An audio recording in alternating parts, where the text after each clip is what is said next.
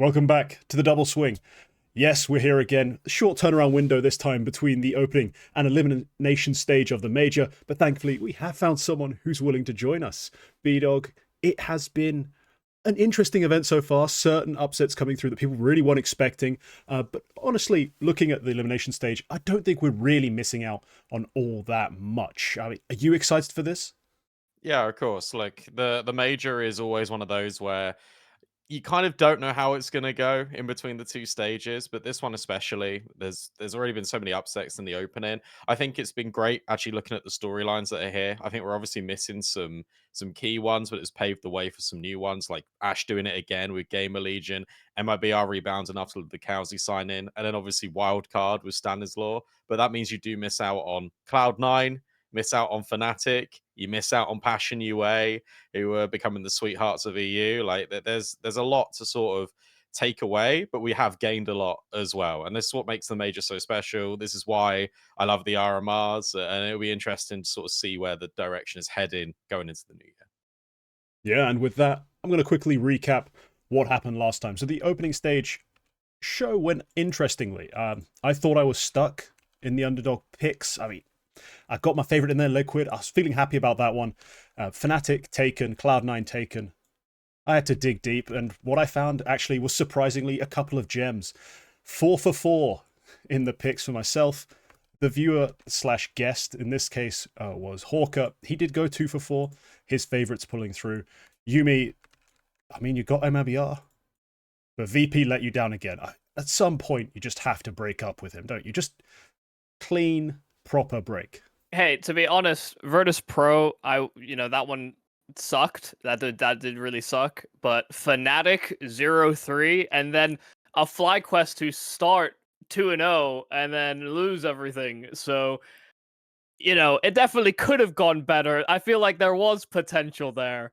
But yeah, MIBR are the only ones that pulled through, which is a crying shame for everyone involved. To be honest, I guess because of the Virtus Pro fallout, all I am more excited about is the post-Russia or like the post, I guess, CIS shuffle that's going to happen after the major, because that is going to be probably the most mental shuffle period we're going to have in the past like 4 years, I think.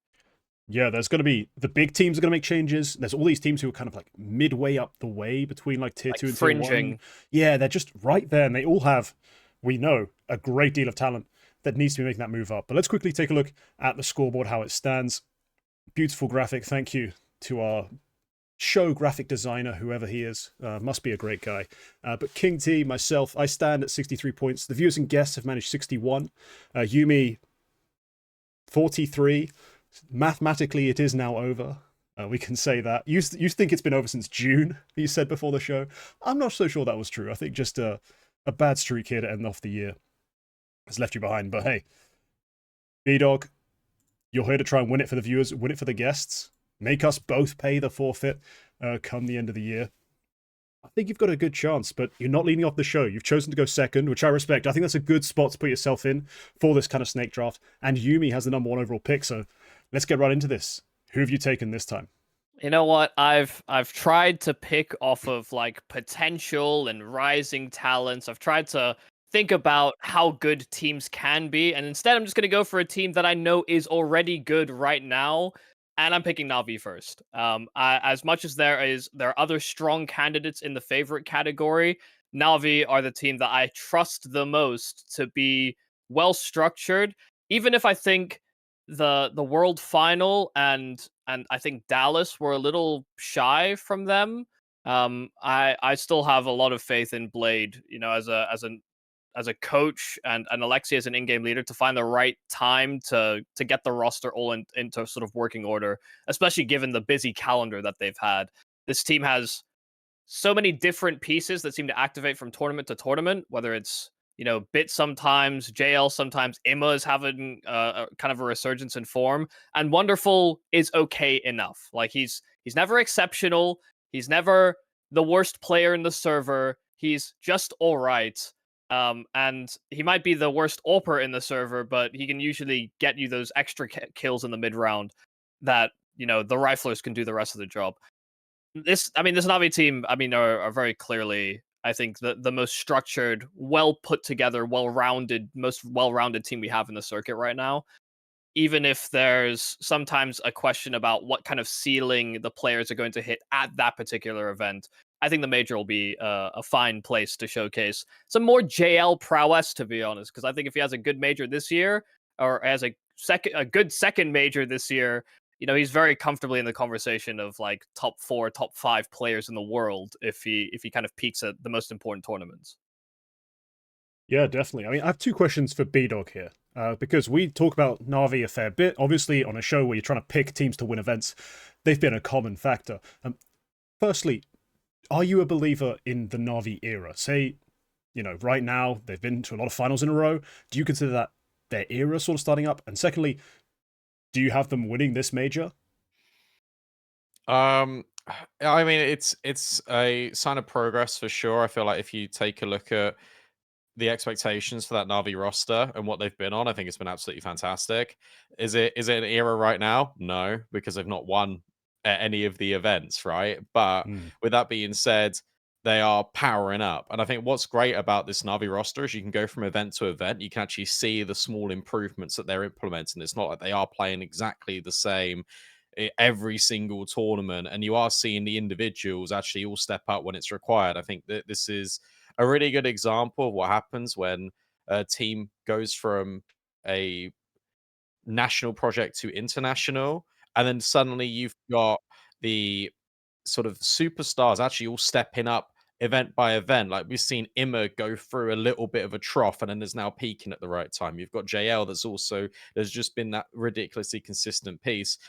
Michael spoke about Wonderful a little bit, and he has been sort of hit and miss sometimes, but he does the job. I think you've got a really high ceiling for this team, but also the floor is incredibly consistent. And I think that's the thing for this Navi roster in a period of flux where CS2 and the first year of it has been inconsistent where it comes to big event wins for teams. The fact that you can have a floor that is so high will get you through the majority of these. So that's why I've been impressed with Navi.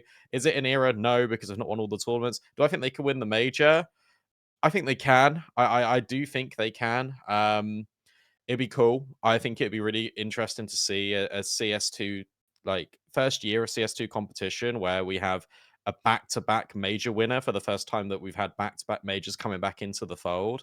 I think narrative-wise, that would be a really interesting story, and it would actually break the mold for what's been happening this entire year, which has been a different team winning a different event every sort of couple of weeks. So I think from a romantic novel side of things, I'd like Navi to win. And I think they do have the pieces to do it. I think it's also important to note that there are teams that are sort of entering the conversation that have all been sort of secretly strategizing Vertigo, for example, in a period where Vertigo is the least popular amongst sort of top 10 teams it's ever been. And Navi are going to be pretty much contained from that because they've always had it as a permaban anyway, that it doesn't really shift their map pool or weaken their map pool by any significant amount. Like, I think MOUZ are a team that are probably affected by that quite heavily. I don't think they've quite found their feet on the new style of Vertigo, even though it was once kind of a secret tool in the toolbox. FaZe sometimes would like pull it out randomly, just be like, hey, fuck it, we can play Vertigo, right? No, you can't. Yeah, and they've sometimes had that problem. And maybe it'll hurt them against matchups like Spirit, but I think Spirit are losing confidence and have been losing confidence ever since the sort of end of last season coming into this season, which was the main concern when we were talking about them for Cologne. They never really showed up in the way that you would hope that they could bounce back into the season. So yeah, I think their major contenders are really G2 or maybe even like a surprise FaZe or a Liquid if they can find a level that could somehow exceed the form we've seen for the remainder of the months prior to this. Yeah, I mean, I'm sold on Navi, obviously. Have been this entire season, basically. We had the major. Whatever you think about that in terms of how replicable that event was. But what we saw in the second half of the year was far improved. Not only was there a system creating a floor, there's also far less individual dipping. Wonderful was in the first season of this year an actual liability. Like if you looked through his games, he was as likely to be sub 0.8 as he was over 1.2. Like his ratings varied so wildly that you just literally couldn't predict what you'd get out of him. And this was sort of a problem across the team. Bit wasn't consistent. You'd have the occasional Inferno, but he'd have events where he sort of felt like he disappeared. So the second half of the year has been a marked improvement in terms of the consistency of individuals and their ability to find the frags needed in the system to make it more than just a nice floor. They've hit high ceilings, but they just haven't hit their ceilings at the right moments. You know, they win IM Rio, but they don't win Cologne. You know, these sorts of things, they are big events.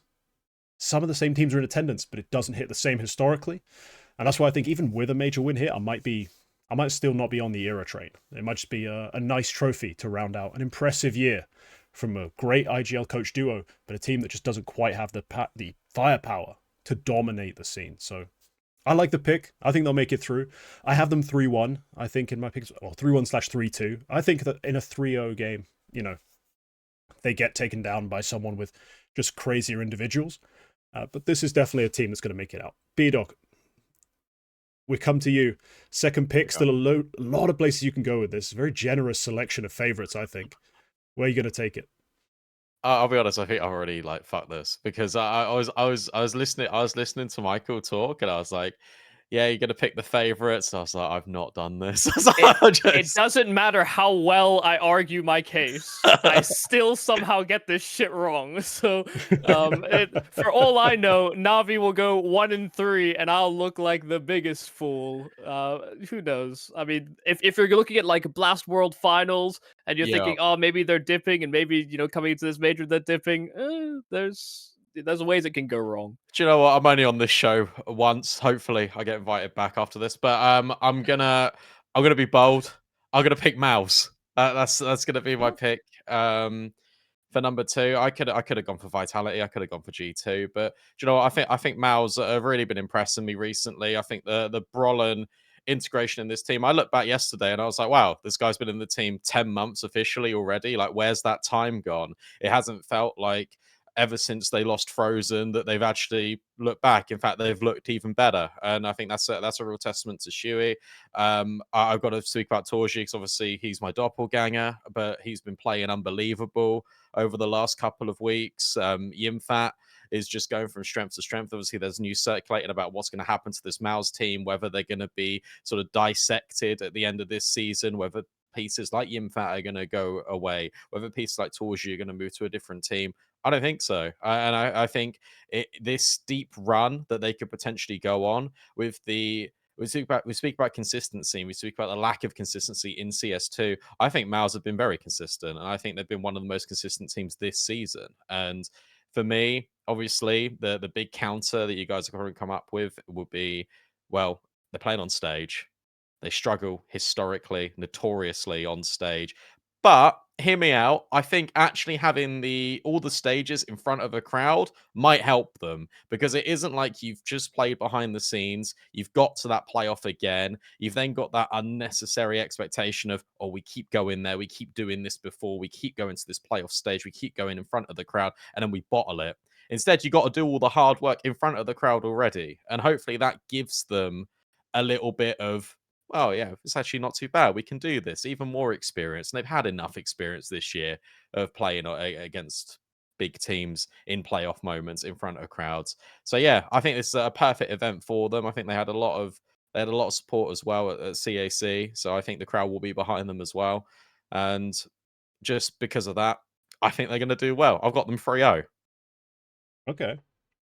Well, here's the thing. For me, I think the reason we're still talking about Brolan as if it sometimes feels like he's not that experienced a piece with the team. You know, you said he's been here 10 months, and it seems like, he still is like new to the team. And that's, I think, because he hasn't felt truly perfectly in our minds integrated. Like the way when we watch the team, we still don't entirely feel the Brolan addition as a functioning piece. And I was just looking back now. If you think about all the events they've played together, he has a couple standouts, but for the most part, he has been a little bit of a letdown. I think what you want out of a player replacing Frozen. Now, I do think the rest of this team is plenty good enough. I mean, I have MOUZ making it out. I think between Shuhei's calling / fragging, I think he's like the leader of the new meta in that terms of the IGL, who has to also frag. He's more than competent. Jimfat, the CT god, also insanely clutch. I mean, the numbers on him are absurd, not just in 1vx, 2vx's, one of the best fraggers we have in the scene. So they are an amazing team in terms of the construction top to bottom. So I don't think Broland's lack of super memorable moments is that big a deal. I just think that they are, whilst I get the angle of the build-up, you know, the first you get the stage, and then, you know, when you get to the playoffs, it's not that new. They still have to play that opening game. And I gotta fear that might be their 0-1 point. I don't even know who the matchup is. I just got a weird sort of vibe from the team. Wow.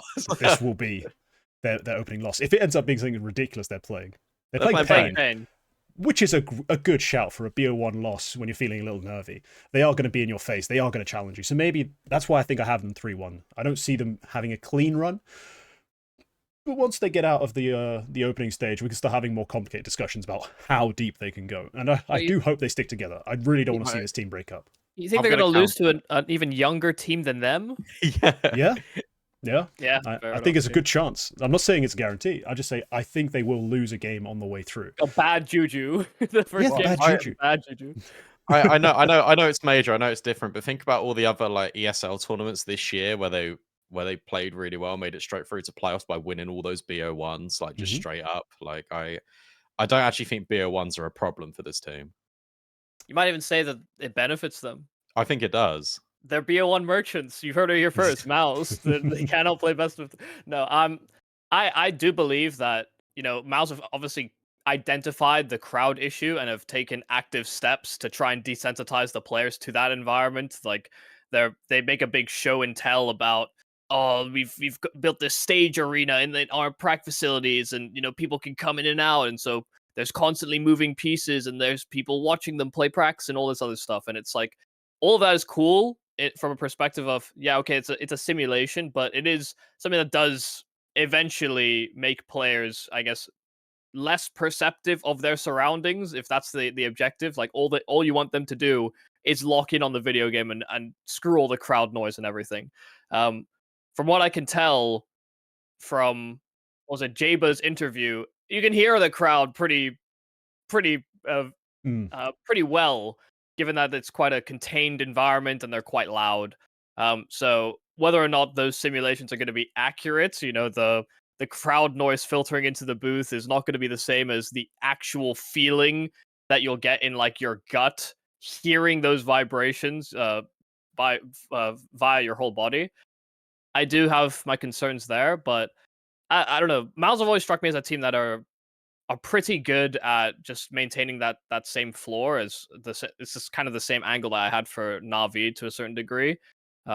They play kind of like an old heroic Cadian system where like all the pieces are going to spring into action at a given point, or they'll target areas on their CT side that they want to eliminate at the very start of rounds. And I like that about MOUZ a lot. They're very proactive in that way. But I think I do share my concern about Broland, because there's no character to his play on this team. Unlike with Zershin, or unlike with Jimfat, Torji, hell, even Shuhei to a degree. Like I can envision the way that they are going to play out each of these rounds or each of these reactions. Broland is a bit of an anomaly in that sense, where like sometimes if I think about the MOUZ brand on his chest, I think he's probably going to do this, and then he doesn't, and he sits and he waits.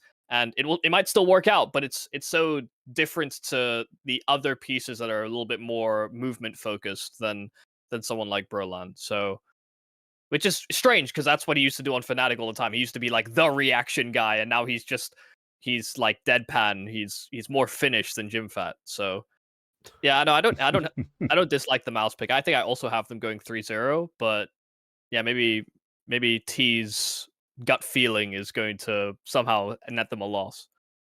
Yeah, I'm not Sorry, like I think that's actually a really interesting sort of conversation to dive into, actually, where you said about the different personality styles just sort of on a team, and you sort of expect these players to play in a certain way, and Broland is being that little bit more reserved. I'd argue in some instances you kind of need a guy that is a little bit more reserved on the team. And sure, you have got a very dynamic MOUZ, especially on T side. Like they're so intrusive in the way that they move, but maybe just having a little bit of calm, a little bit of a differential. And sure, that is completely deviating away from what we usually associate Brolan with, but it's one of those where maybe him adjusting into this, maybe he is powering up at the right time. We've spoken about the floor for NAVI and how all these different individuals are peaking in different moments. Maybe this is the event, speculative, that the Brolan actually peaks. We don't know. I just think it's strange because I guess they've probably tried, and I think in the early tournaments they did have Brolan doing the more active things, and then now it's like, well, he's maybe not doing it as instinctively or as intuitively as they would have liked, given the months they've had with him, and then they just think, okay, well, when we're gonna do this thing, Brolan, you can just chill, and we'll bounce back to you if you get information of some kind. So yeah, it is strange that it's kind of worked out that way, given how explosive Brolan used to be as a player. Maybe the fact he's communicating in English, he's like, yeah, you know what? I just want to slow things down a bit. Yeah, a bit of a mystery as to what we're exactly going to get, but I think we're all at least in agreement. They should be coming out of this stage. Like elimination stage should not be their ceiling, despite what we may think about them. Maybe being a little rattled, a little bit of noise, ooh, creeping in, a clap here and there might shake them, but they should be okay. I have back-to-back picks, and both my 3-0 picks are open here. So I'm going to start with one of them and see how I feel about taking the other one afterwards. I'm going to pick Vitality. Now, for me, this is a team who, man, are frustrating.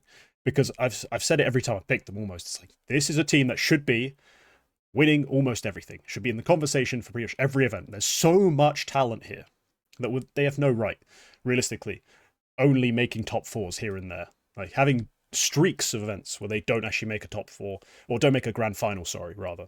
But then you have Cologne, where they triumphantly go and win the entire event. So I'm always a bit torn about Vitality and who to blame, what I think needs to change, all this kind of stuff. But I've got ZywOo, who is, what, at worst, the third best player this year.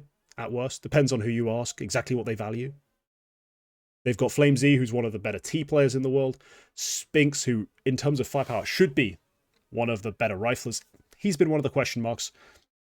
But I think in a lot of more recent events, I have seen some promising signs, at least in terms of fixing his passivity, because that was the problem for a lot of the year. He wasn't aggressive enough. He wasn't involved enough. He'd tend to go missing literally on the map. You'd have to have a squint, have a look, figure out where he's hidden himself this time.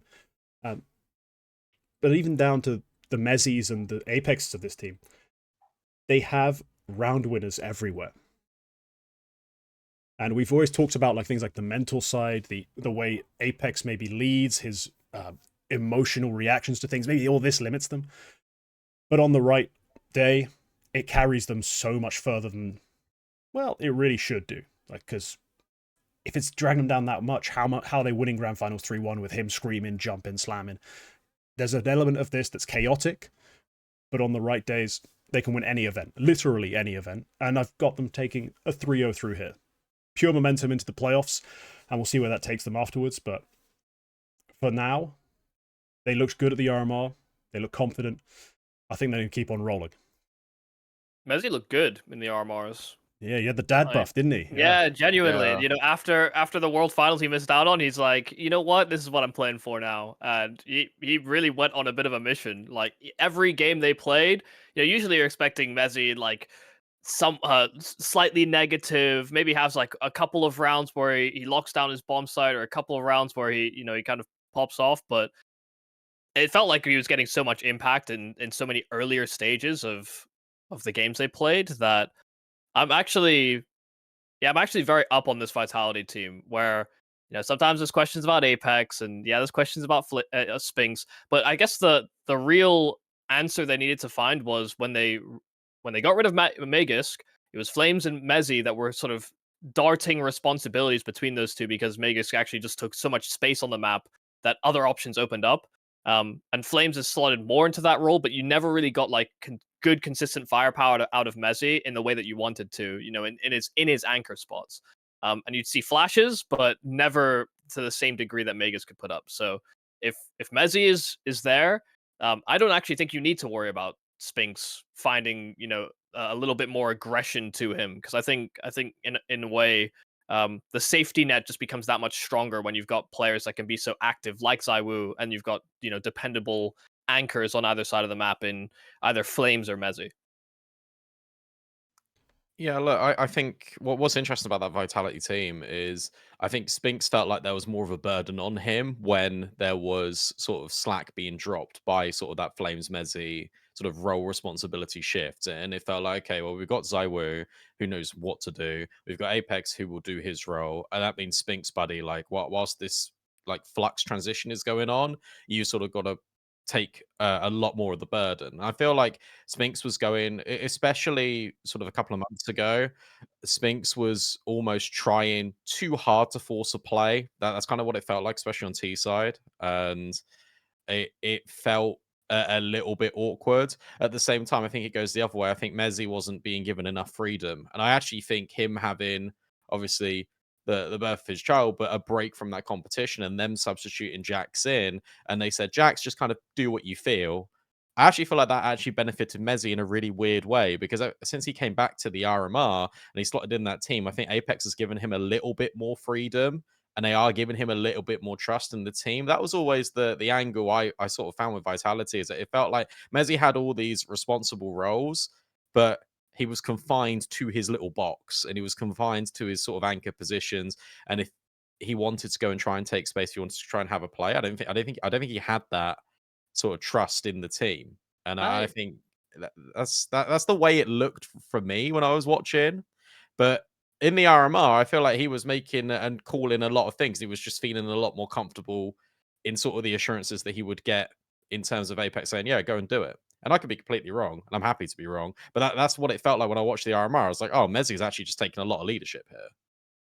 Yeah, I think there's been enough tournaments where you could just see Apex losing his head at specific pieces on his team, where I actually think there might have been an instance of too much autonomy, where you know there's not sort of regular checkups or like a specific box or confinement of what plays you can or cannot make. But if you fuck up, you're gonna hear Apex rattle your ear off about, what the fuck, why would you do that at that time? Like we can't do that.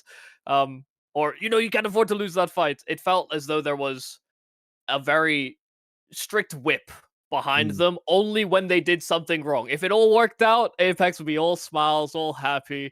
But when plays go wrong, and it's, you know, it's very results oriented, I guess, punishments that were being dished out. Not to say that plays were ever completely wrong, but if they missed chances, there'd just be a lot of resentment, I think. And that's maybe something that they've tried to address internally. But you know, when they're winning, this team looks very well oiled. Like I feel like they ride that vibe all the way to the finish line, but they get one blunder and things can sometimes go off the rails. So, but that can even happen like in maps, right? That can even happen like in series. Yeah, that's my biggest worry for Vitality, because of how emotive it can sort of get. And I feel like the coach actually bleeds a lot into that as well with Xtaz. It's like, okay, well, how do you? I look at Xtaz and I think, how are you the guy that controls all of this when shit's hitting the fan? Like, that's my biggest question to this Vitality team, because I don't really know if he's the guy to say, guys, it's literally fine, and can you emotionally reset Apex in one round?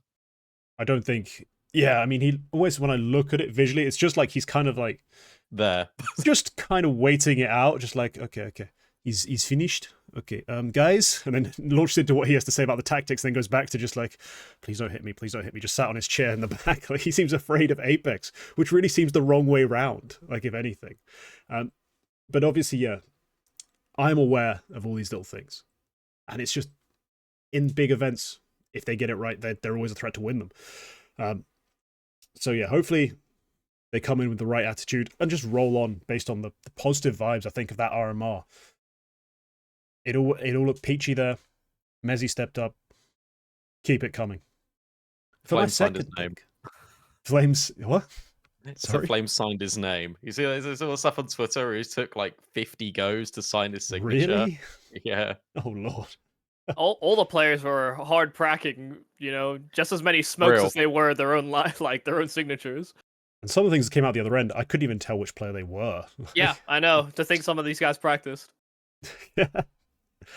For no good reason. But all right, I am going to take... I was considering, like, oh, do I look into the underdogs? Is there a value pick here that's better than just picking my other 3-0 choice? And I was like, I'm going to take advantage of being the 3. Like, I'm batting cleanup. I'm going to mop up all of these top tier picks. I'm going to take G2.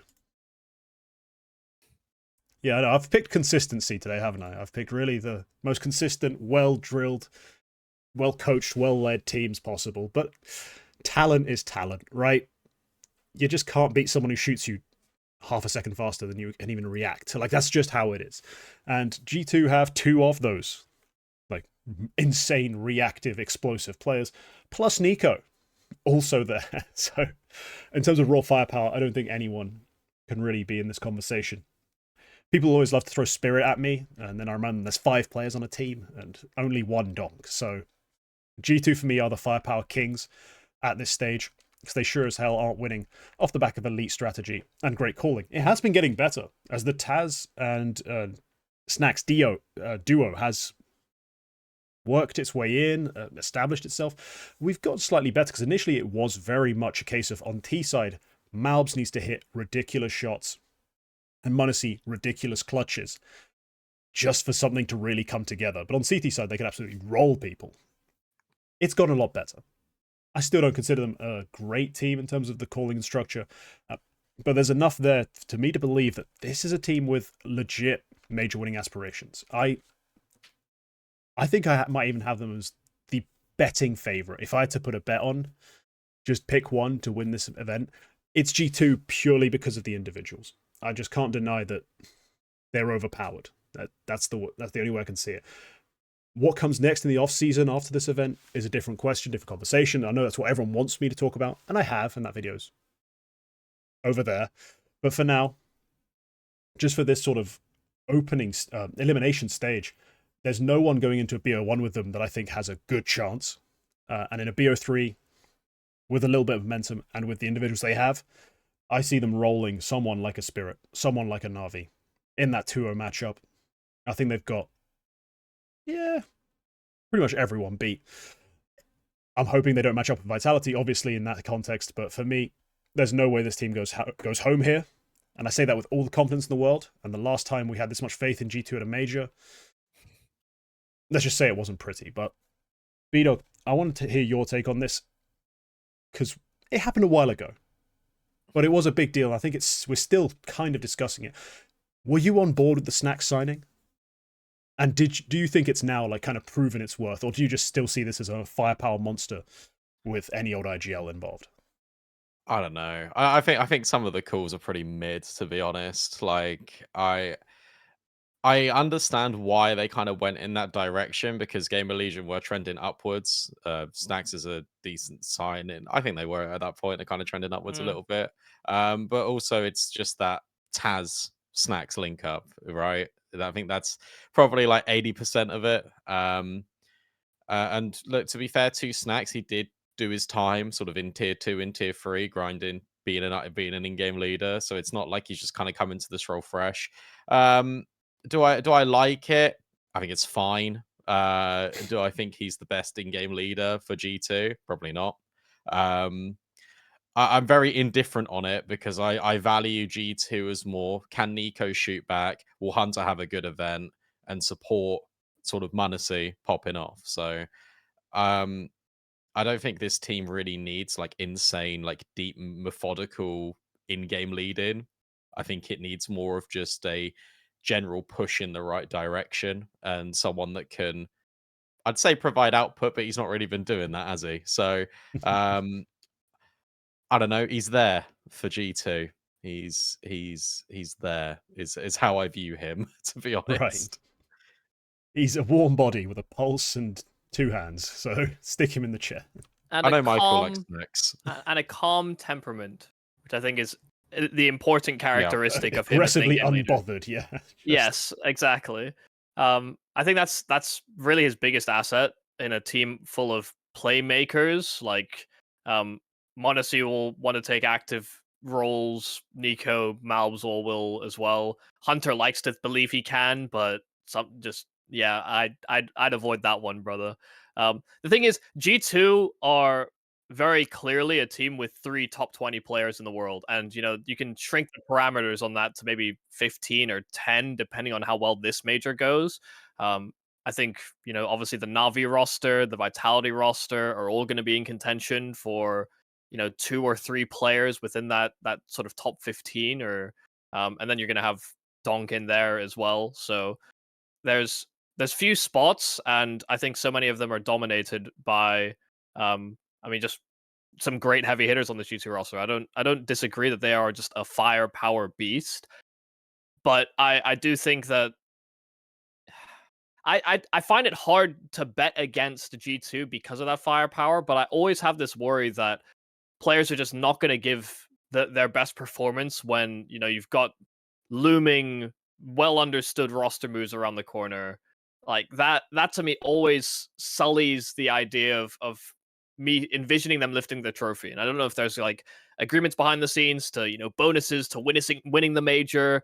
When you go to your next team after that, your pay is going to be that much more per month, for example. There might be subcontracts in there that stipulate those types of bonuses, but I don't know. I worry. I guess I worry that it will impact the ability for players like m0NESY to combat for top 1 if this G2 team don't come in with the right composure for this major. But yeah, the elimination stage, whatever. That I do agree that there's no team here that should beat them.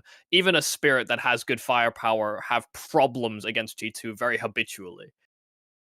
I think you can look at that 2 ways, right? I think you can look at it in terms of the worry and sort of that way, or you could look at it as this is the last hurrah, let's go out of a bang, boys, let's just enjoy the moment. And that can also, I think, for a team like G2, could actually elevate them a lot more. You spoke about Snacks being unbothered. Imagine all of them being like somewhat unbothered and just zen, relaxed in the moment. Like that's a really scary G2.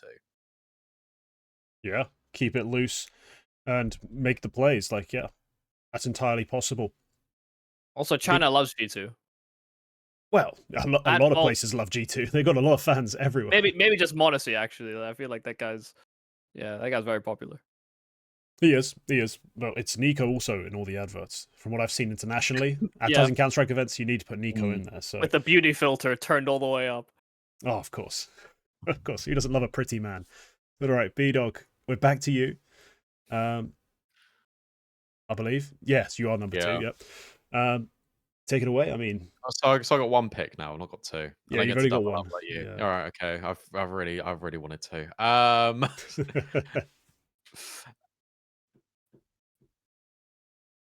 All right, let's stick with the red logos. Let's go with FaZe. I'll have them. I know we spoke about this before the show briefly, and I'll let you touch on it, King. But I will go with FaZe just from the sheer fact that I don't think you can ever count them out of any tournament. They always make top 8, and I think Brokey will be upset with how he's been performing recently. I think that they would have probably worked a lot individually rather than too much of a team.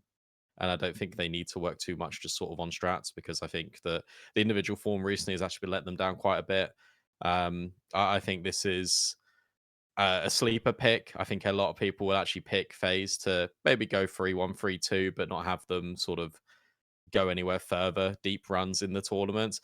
I just don't think you can ever count them out of big tournaments. So just on that pure recency, I guess, and historic bias, I'm gonna pick them. I know there are some personal issues surrounding Carrigan, but we have seen when that sort of does happen to players, that does power them up and make them better. So with that aside, you can always rely on Rain, one of the most consistent players we've ever had in Counter-Strike. I think Frozen is still a very good. I still don't think he's actually unleashed his full potential. I actually think the parallels you can draw between MOUZ and FaZe are quite similar in terms of the Frozen Brolan swap. I'd say the same arguments you can make for Brolan, you can actually make for Frozen as well. I don't think that he's really been the Frozen you expected. Like, I expected Frozen to come on this FaZe team and just absolutely fuck everyone up, and he hasn't. But I also think that that's an argument of Rops and Brokey, their form's dipped as well, and you can only be sort of as good as your least consistent player. So I think they are good. I think they are going to make it through the elimination stage pretty convincingly. I don't think they'll go 3-0, but I think they'll go 3-1. Yeah, I mean, look, Yumi, we've had a lot of conversations specifically around Frozen. I think, as well as actually Robs, all these individuals, these riflers, who were like, oh, we want a bit more. Oh, do we cut Rain? How do we make this team the dominating elite roster it was, at the start of CS2 essentially? I'm not sold on them at this event. Yumi, I want your thoughts. Like, do you have them going out? Are you comfortable with them going through here? I just don't see the the calling prowess to this team anymore. When I used to think about FaZe and the caliber of players they had, when they ever found themselves in a bind, they would always come in with like a crazy pocket call that would have, they'd call it like an execute off of spawn that would absolutely devastate teams. Not only because the util was slightly different or they hadn't, thrown anything even similar to that in any of the rounds prior, but also the heavy hitting firepower that they have behind it. Nowadays, I just feel as though I see them default outside. Like especially if I think about their nuke, oh my god, it's just like default outside smokes, and there's like never that punch to them that I really want to see. Whether that's aggressive ramp takes or quick A explodes or something. I don't see that sort of calling versatility to them anymore, which I think to me is kind of a sign of the times that the calling hasn't sort of developed as CS2 has continued to develop its own internal meta.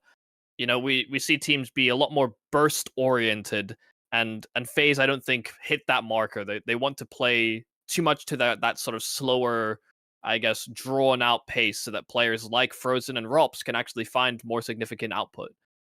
I've always wanted more out of this FaZe team. I think this year has just been like a major letdown in that regard. And I think a lot of it has just come down to, I guess, an inability to adapt.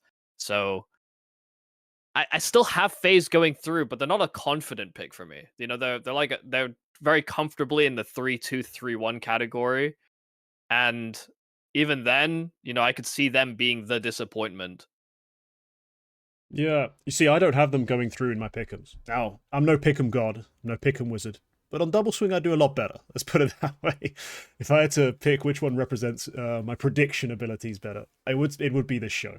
Not a great collector of diamond coins, so take that with a pinch of salt if you want. But I was looking back at all these events where you're right, BDog. They are endlessly top 8, top 6. With a lot of 16 playoffs, ESL dominate the calendar, and I think Blast have even started copycatting that part, which frustrates me, but that's a topic for a different podcast.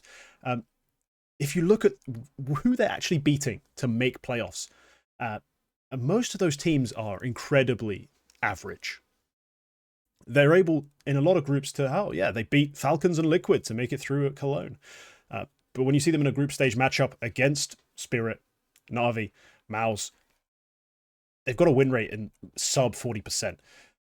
And whilst it's all well and good making those runs over and over again, I think at this stage, at this event, with the way I've seen them in my mind, I see them declining, and a lot of these other teams on the rise, I see them losing to a Heroic, to a Mongolz, in a 2-2 matchup to go home. I think they win their opening BO1. As much as I love Wildcard, and as much as I profited off of their run at the opening stage, I have them 0-3. I don't think they've got a real shot here. But I do think FaZe are just going to fall a little flat. The individuals haven't been there for a long time. I don't think Rops has had a really impressive event since maybe Chengdu. I don't know, maybe he's had a couple of okay EVP type runs since then to like a top 6, but it's really been tough to put together a highlight reel essentially for this team. There's just not a whole lot to scream about. And I feel like this is the last stand for them. They're going to play this, they'll take their flowers, and we'll see if I think not a completely overhauled FaZe, but definitely at least a couple changes going into next year, because they've just seemed like they've reached their limit. The gas tank's empty, and there's not a whole lot more you can really draw out. A resounding review, I think, BDog, of your second favorite pick. I will say no. I will say Rops has had a couple of events where he has done well, but that's also the events that very notably, Brokey has not looked great, or Frozen's Carry. been incredibly empty in his calories. Those kinds of events, Yeah. right? Yeah. All I will say is it is towards the end of the year. They're really good towards the end of the year. Okay. Take that with what you will. This is ZywOo this just is the doesn't care cope. about the first season type shit. This is the cope. Like, also, it's FaZe. Also, it's an elimination stage. They're going to have loads of chances to get through to the playoffs, so I think that they will.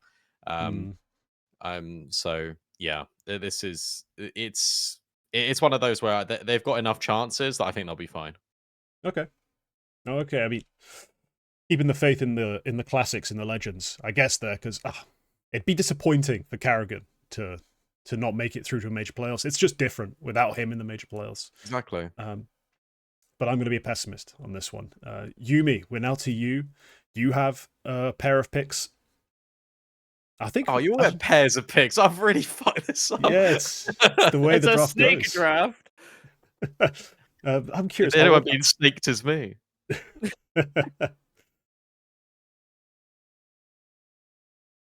Come on. Well, you guys have both picked your favorites, so I know that I can just focus on underdogs now. Oh, look at him applying game theory now. All of a sudden, he's putting some thought into this one. I just don't know who the second one is, so I guess I'll just leave with the first one. I'm picking the Mongolz in the underdog category because why are they here? Who knows? I mean, the world rankings dictate it so. Even if they are 5th on the Valve world rankings, this is a team that's trending up right now. I mean, 9-10 had an incredible opening stage. Both him and Mizinho, who not too long ago we were talking about as being like the shakier sort of newer pieces added to the roster. I mean, this was last year around sort of Cologne time, but it took them maybe 9 to 10 months really to start getting out of their shell and making individual plays. I feel like we get highlights out from 9-10 pretty habitually now. We get stopper rounds from Mizinho, and you also are still seeing that punch from Blitz in a way that sometimes he's taking that step back, but when he sees the game slipping away from his star players, he's like, okay, guys, I guess I have to throw my hat in the ring again. I'll get you a round or two. Then you can get your confidence back, and I can just start calling from the sideline like James wishes he could. So, Blitz and this squad right now are in a very good place, and that's I haven't even mentioned Senzu, but that guy he does whatever he wants. I think he like AWPing, rifling.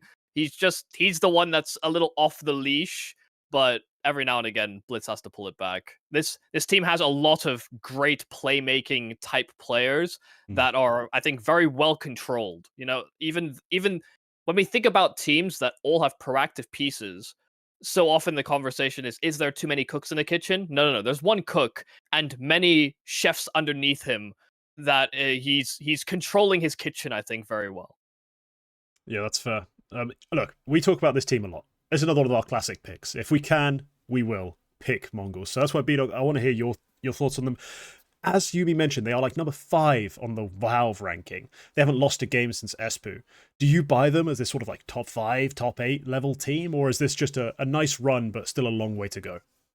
I think they could actually do some real damage at the major. I think they could get like semi-finals, to be honest. Like I think they're that good.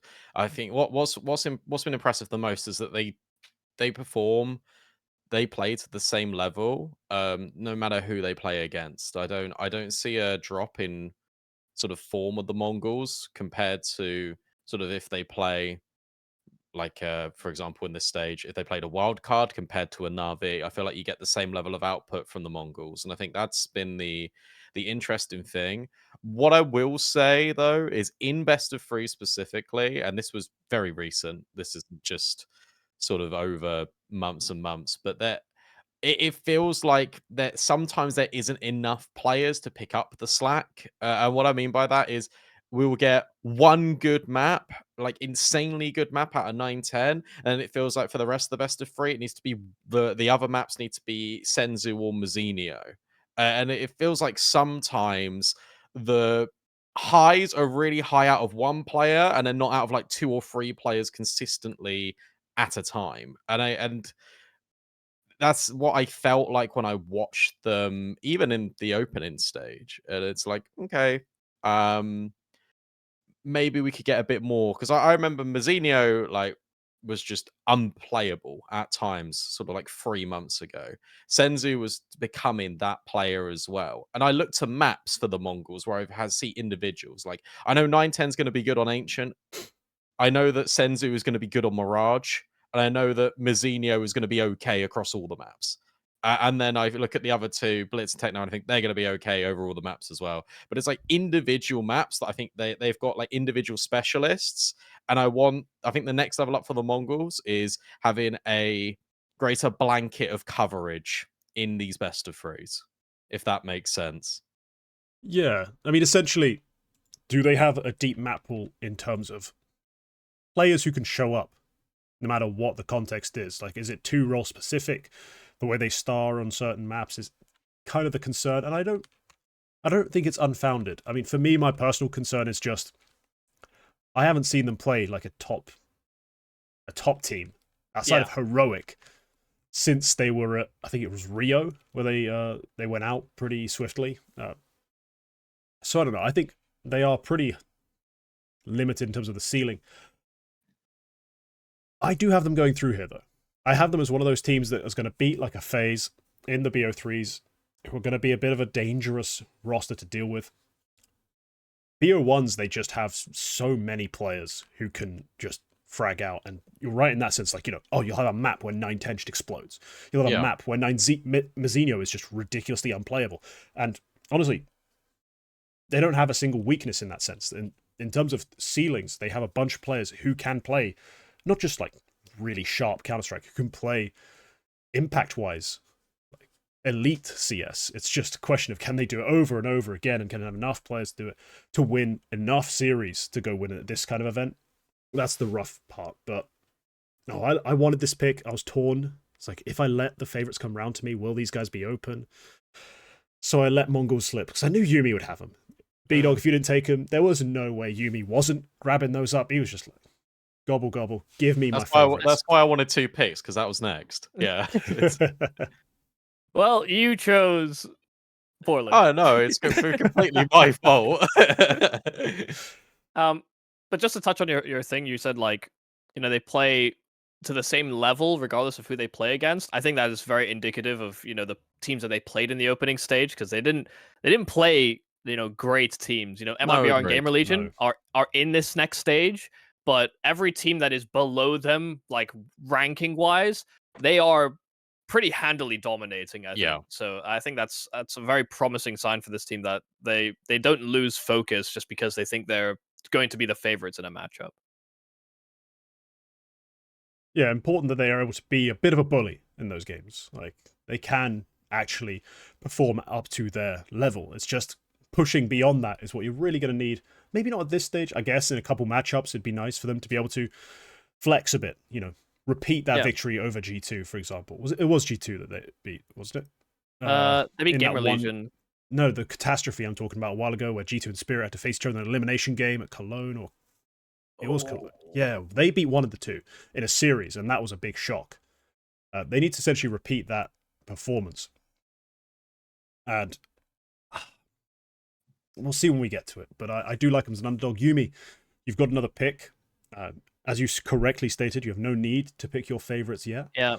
So who's your second underdog? Which one's the second best? Sanity check. I just checked for you. It was Spirit that they beat. Spirit. They did beat Spirit. Okay. Yeah. Also, G2 they have Saw. Yeah. They have more. They have good food in China, and that's apparently the Mongols have been talking about that. Anyway, yeah, you're right. I have a second underdog to pick, and I have absolutely no idea who I'm going to go for. It's a lot harder to pick the second one, isn't it? Yeah, no, the first one really leaps out at you, and maybe I've sabotaged the Mongols by picking them here. Damn.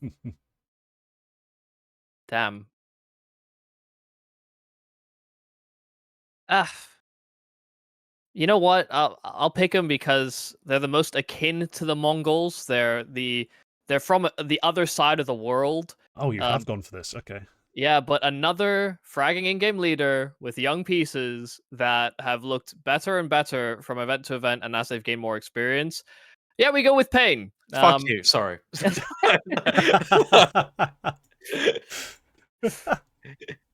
Now I could have picked Liquid. Liquid Oh, had potential, and to be honest, I was thinking about GamerLegion too. But I guess I'd be happy to be disappointed in or like not have Pain go through and someone like GamerLegion somehow sneak on by. That's not to say like the top 8 teams don't just go through to the next stage, for example. But I would like to be pleasantly surprised by this Pain roster, who have good depth, honestly just good explosiveness, and a Kawes that looked really fired up. Like this guy is probably playing his peak level Counter-Strike right now for Pain in some of the most important games, which is strange to see because he's kind of I guess he's not a very imposing figure in the server very often for Pain, but he was doing so much for them in that opening stage in a way I've never seen him play before. So if you've got, players like Lux and Snow, these players that can be sort of very streaky, and you've got Kawes on board as well, this team has got hitters across the board then. Kawes is supposed to be the supportive piece based on the way that we sort of map out the roles. If he's having these massive performances, then where is the weak link for this squad? Maybe Lux and the inconsistency, fine, whatever. But he's also playing kind of entry roles for this team, and so sometimes you expect that variance. So yeah, I don't know. Pain were just kind of leaping out at me, and that probably means that they will go 0-3. Man, I don't know. You've taken I looked at the list. I knew who I would have taken, but as soon as you said akin to Mongolz, like, oh, he's taken Pain. Yeah. I had it on screen before you even said it. I was like, damn it, he's gone for it. I don't know. This team is a hard one for me to really judge, because I feel like we have moments where we pick them and we think all these things about the players, how they're supposed to perform, and when it works and when it happens up to expectation, they're really dangerous, threatening. They're able to upset people. But then there's other events where they fall flat entirely, and they look like an inexperienced young roster with one leader trying to hold it all together. So I'm not a big Pain guy. I don't have them going through. BDog, I'm curious where you have them, because I don't know about this one. I don't know about this one at all. Well, I'm a big Pain guy. I've been on the Pain hype train for a very long time now. I think that's very common knowledge. I love this team. I think the Snow Kawes sort of development plan has been really interesting to watch, just from the outside looking in over the past year, because pretty much what happened with this team, for those of you who are a bit unfamiliar, is that Kawes comes in from Fury Academy into Pain directly. Has taken him a while to sort of integrate in, and then they brought in Snow at the same time, because Kawes started playing up to his level. Obviously, his level's got even higher now, but he was playing up to a decent level. They decided to bring in Snow as well, and um, at the start, it was Snow and Kawes actually sharing like star roles. Like they were playing on one map. It would be sort of Kawes on short, on Mirage, or on Inferno. It was Snow actually taking a lot of the responsibility, sort of over towards like long rotate, or maybe he'd even be in towards short and just being really aggressive on that side. They were making plays a lot on Inferno CT side based around Snow, and then they do it around Kawes on Mirage. The responsibility was shared quite a lot, and now it looks like recently Kawes has now just become that guy, and Snow's been a little bit more supportive, and that has thrown Kawes into the limelight a lot more. It has also meant that Snow's level has been more consistent, because he's not trying to juggle so much responsibility, and everyone can sort of play the way that they would intend to. With this team as well, I think NQZ was always sort of a conversation point about whether he was going to show up at LAN, because there was one event, I can't remember which one it was, to be honest, but he was like terrible. And there was another one where he was really, really good. And it was like, okay, I need to fix this consistency with NQZ, because if you've got an AWPer that is firing back, then it's a very strong point for Pain, because they've got aggressive riflers. NQZ has actually become a lot more supportive over the last sort of couple of events. So I really like this team. The fact that you've got a fragging in-game leader in Big Uzira, that again follows the Shuey sort of outlook, which is why I was going to go for them as well. But Yeah, I've got them going through. I think they're going to be the surprise. If it's not them, it's one other team that I'm going to steal in a sec. But it I really, really like this team, and my bias would have definitely got the best of me. But I'm glad that Mike was taking them because now I don't look as crazy as I normally do.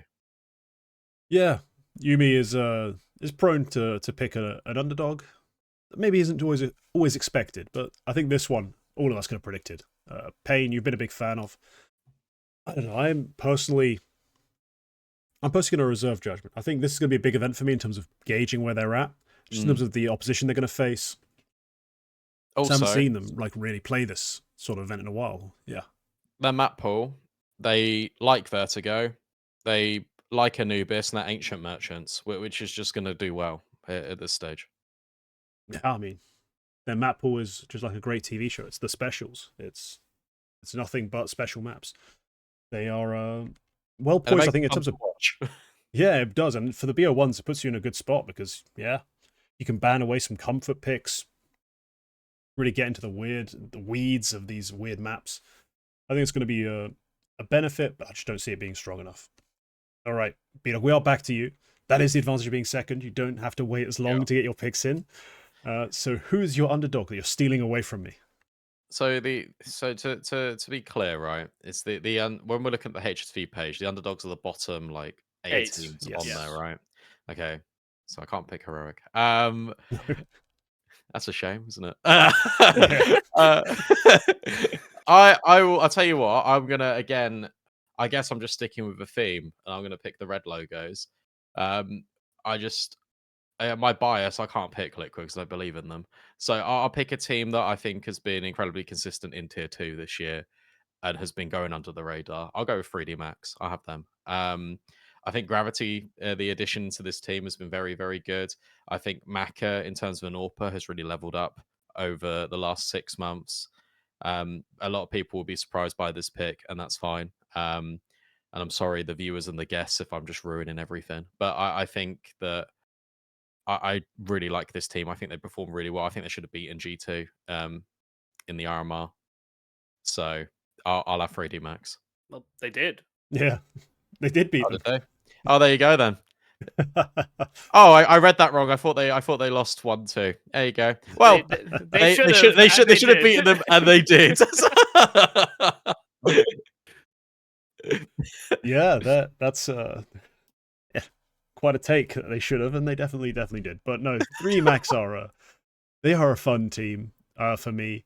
I always describe them as just aggressively French, like, because realistically, when it comes to playing in tier 1 or tier 1 adjacent events, you do get a certain level of variety out of them, and that varies from basically being able to beat a team like G2, like go out there and play like a top team, but then also just losing in catastrophic fashion to almost anyone.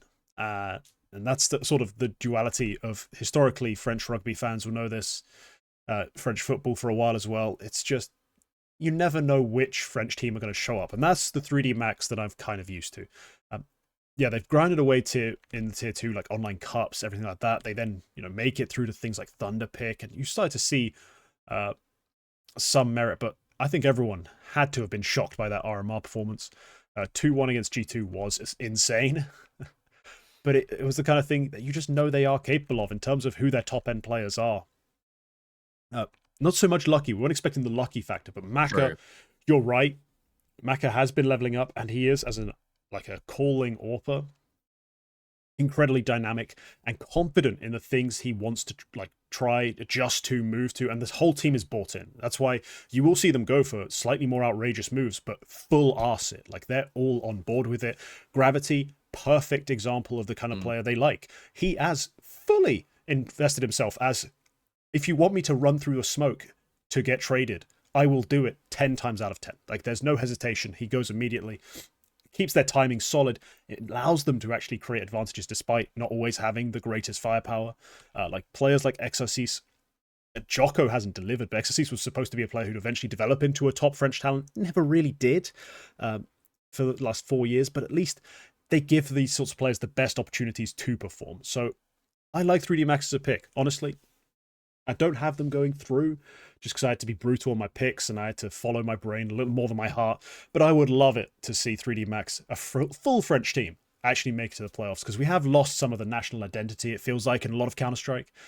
It feels like a blast from the past, a welcome return to form if we have a 5-man French unit going through the playoffs. That'd be beautiful. I'd love it. To be honest, of the teams we have in this stage, you know, I would put them in like the top 10 most. I mean, I say that top 10 doesn't sound as outrageous, but maybe even like top 8 most like structured or sort of understood philosophy teams that we have in this stage of the tournament.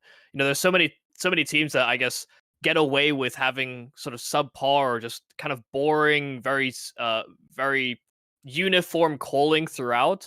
I guess 3D Max are just interesting from like a almost a wild card angle of, yeah, you don't really, they're gonna pull off some crazy rounds because they're doing something that is so off meta for what tier 1 has been so used to, that it will catch you off. And yeah, I mean, if Lucky can continue to, I guess, have like a life tournament, that would also benefit this team a lot, because even with him popping off during those RMRs, they scraped through their opening best of ones. And even the, I guess, the end of that G2 series was, if, I mean, Lucky had like 20, he was like 29, almost like a 2 KD, 29 kills, like 15 deaths or something. Like, that guy was infallible, and if he I can't keep up that level, I don't think this is a team that actually has the stopping power sometimes to, I guess, level up in that way. That's why I've always seen them as like a very solid kind of replaced Big as that gatekeeper team in the tier 2, because they'll always beat the teams beneath them, but even then, when they beat those teams, it's very a bit messy. it's very, very close and very messy. Very losable. Look, I think in the environment of the major, though, I think the being a bit chaotic. Actually, calling back to what you said very early in the episode, Michael, about where Carrigan sometimes had this random play. I think you get that a lot with 3D Max. Sure. But also, I think Gravity. I think what's been really cool to see is Gravity taking like a duck to water, not only to this roster but also to LAN. Like, he was really good. I remember 3D Max in Pro League, really good. There was Gravity. So I'd like to see him sort of step up a little bit more. I know that's asking a lot because it's like obviously a major, but that'd be really cool to see, because if he sort of levels up a little bit, this is when 3D Max become incredibly scary, and that's a lot of responsibilities put on this young player. But I agree with everything you said just about the buying in process of this team, the fact that he will just sort of be a soldier, and this is what this team is, a team of 5 guys that believe so much in the identity of what they've become that this will catch teams off guard. Yeah, absolutely. I hope so. I hope I'm wrong. The fact that I haven't picked them, I hope I'm wrong on that. Yumi, got something more to add? I guess my caveat is Joko and Gravity have never played at a major, right? Has Lucky even played it? I mean, Lucky would have. Lucky surely did it with G2, right? Yeah, back in the day, yeah. Surely. Mark has not even played at a major. Yeah. So only Lucky has ever played at a major, from what I'm just looking at right now. I don't know. I guess this is like, it's a new height for them. They may not be used to the altitude. We'll see. They got a good opening game. Like, they start with MIBR. At least their first matchup is very winnable. And maybe that launched them in the right direction. I think that's something to factor in. I now have back-to-back picks again. I need to fill out my underdogs. Oof. Let's just put it that way. It's now a bit difficult. Because despite one of these teams that I think I'm gonna have to pick being nicely ranked, it is tough to fully buy in. But I'm gonna take them. So I'm gonna pick Liquid to open up my underdogs tier. I've had a lot of problems with Liquid this year in terms of the way things have slowly petered out. Because every time I think there's a new fire burning in one of their players, it kind of seems to be a bit of false hope. You know, we had brief moments from Yakinda right around the SnapTap incident this year, where he blew up for a couple of events, then slowly faded again. When Ultimate joined this roster, he dominated some competitions, but then also slowly faded. And whilst it is nice, they made it through their RMR pretty comfortably. They made it through the opening stage in 3-0 fashion, not as dominant as Mongolz in terms of just stomping all the teams they played, but at least we saw some return to form from these players. But I just have to say, across the entire year, it's been a very weak and disappointing Liquid, with only really Twists and NAF consistently shining. But I'm picking them because, honestly, when you look at this roster, top to bottom, I don't think anyone else in the underdog section that remains can brag as much firepower, experience, or even just pure game knowledge, because there's a lot of it on this Liquid side, despite that not always seeming overly apparent. I mean, post this event, with the way Wildcard are played, there's some conversations to be had about IGL changes, but Liquid themselves still have the frags, I think, to make it through. We saw Ultimate. Look, he had a good opening stage, and I think that's a big part of why I feel confident that they'll at least challenge for that 3-2 spot. I don't think they're guaranteed for it. I have them in the pick'em, but almost just because I didn't want to pick FaZe. Like, it's kind of it's one of those situations where I was like, I don't trust some other teams. I think they might sneak through. But at least we got a good sign from Ultimate in the opener that he's actually still feeling it. He hasn't started becoming shy or afraid to peek his little head out. I think Liquid have some of the pieces that we need. The pieces that have been disappointed have started fragging again. Prove me right. That's all I ask. BDog.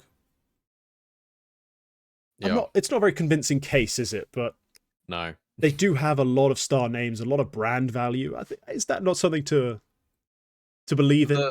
The core of JKS, NAF, and Twist can get them through, I think, is probably the takeaway.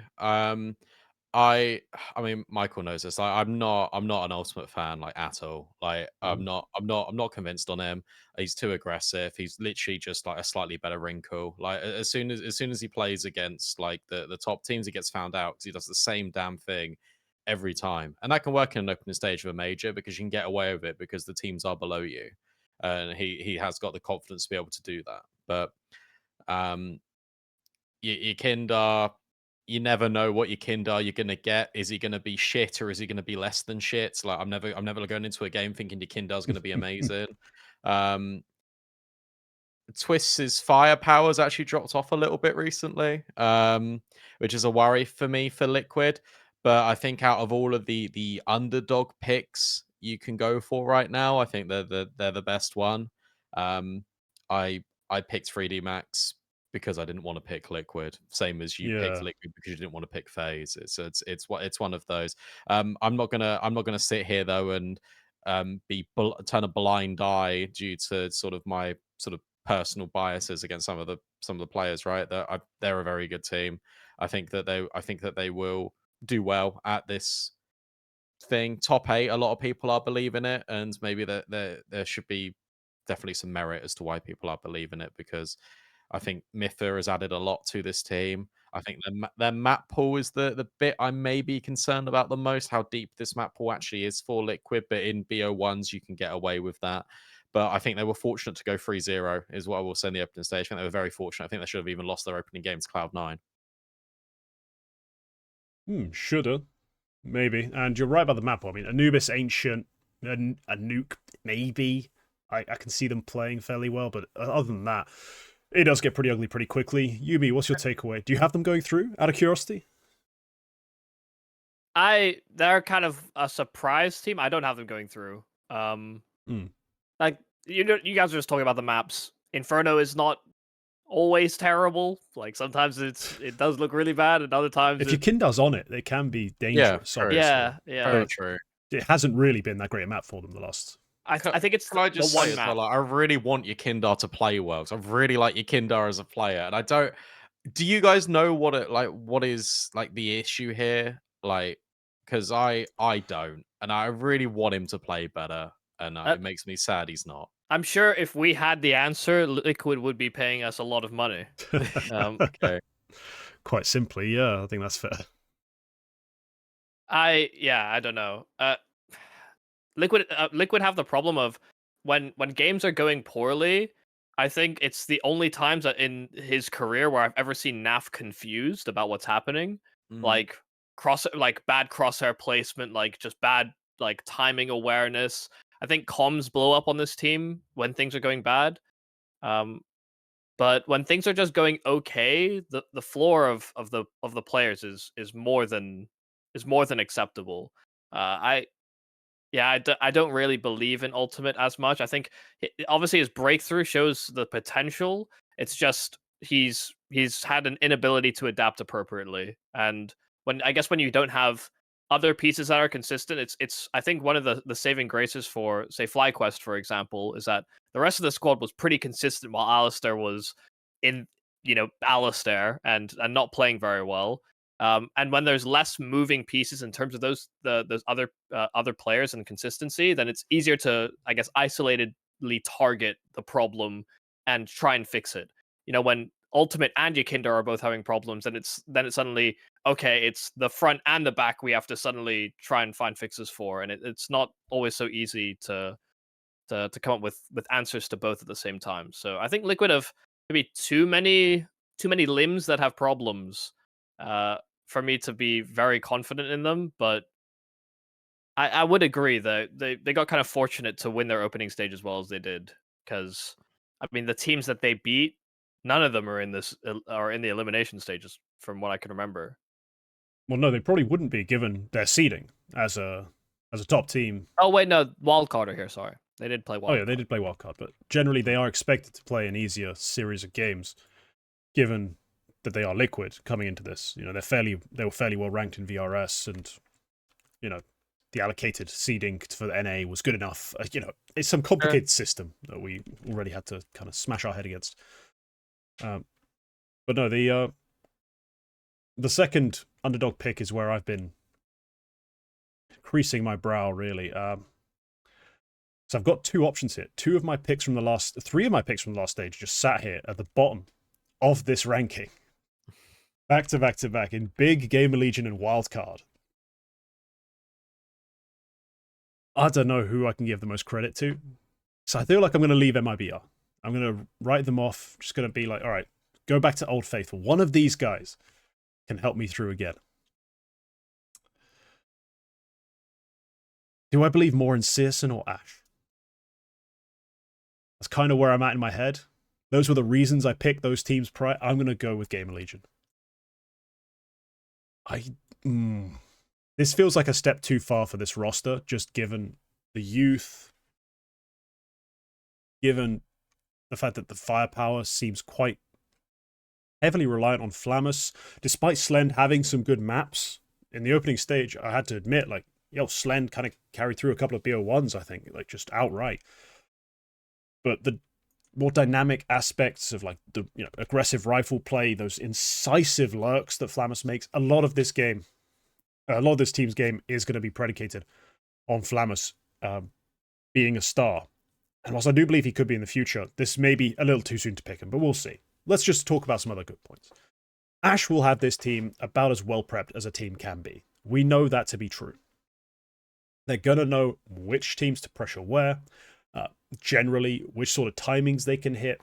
They're going to have an almost surreal understanding of smoke pushing. Like, that's always been a complaint people have watching GamerLegion. It was a complaint I had. Like, Kios is walking through smokes. That pissed me right off at Blast Paris. Like, that was one of the most tilting aspects of that entire event. But at some point, you just have to throw your hands up and say, credit to the coach, credit to the prep. They get it right more often than not. And add to that the fact that they now have, this time round, that they're trying to make this massive upset run happen. They have a rifler who looks like in the next year or so, he could be a sort of top 20 player. It's not ridiculous to have him in discussions for making a leap onto a bigger team. And the fact that I believe in that AWPer in Slend, as much as I did say he only had a couple good maps, I still think he is a very high potential guy. So GamerLegion, between the coach, the star rifler, the star AWP, and the good things I've seen so far out of ZTR, I think they've got a decent shot to run a massive upset train again here. It would be another one of these huge shocks. It might kill a lot of hype people have going into playoffs, just with the way it'll throw all the seeding off, give us some crappy matchups. But I'm okay with that. I think GL have just a bit of spice left to give us here. Yeah, I'm kind of surprised with Torzen. I guess I wasn't sold on this player initially. I think I had them picked for the RMRs, but when we got to the opening stage, I thought that was going to be their ceiling, and then you picked them instead, and that ended up working out very, very well for you. Surely this is the end of it, right? I mean, surely they can't go much higher than this, because I mean, even if you think about the teams that they beat in that opening stage, sure, they did beat Pain, and I think that was a very deserved win by them. But I think it has become clear that without the appropriate amount of prep, they cannot look like a team that is threatening. I think when it comes to especially opening day of this level of the tournament, you have back-to-back best of ones where you do not know who you are playing until like 45 minutes, an hour before. And I don't think that's enough lead time for a team like GamerLegion. Sure, it means you can, I guess, target a couple of maps, but even then you don't have absolute decision on where it's going to go. That said, I don't think, from what I've seen in the opening stage, that they are anti-stratting as much in those best of one games. They'll just stick to an idea, like whether that's for example, like Vertigo attacking mid and splitting the B bomb site. They'll do that 8 out of the 12 rounds that they have on a T side because they think that, or I don't even know if it's them thinking that it's a weakness, but it could just be that that's where they want to gather the most information and make those adaptations instead of kind of flying completely blind, trying to do 6 different ideas and targeting 6 different areas. I think they're very smart about the way that they try and set precedent, but then also find adaptations in the middle of the game. I don't know if that's all Ash or if that is ZTR, because I think I've seen enough success from GamerLegion and Ash to think that it might just be Ash that's doing it all.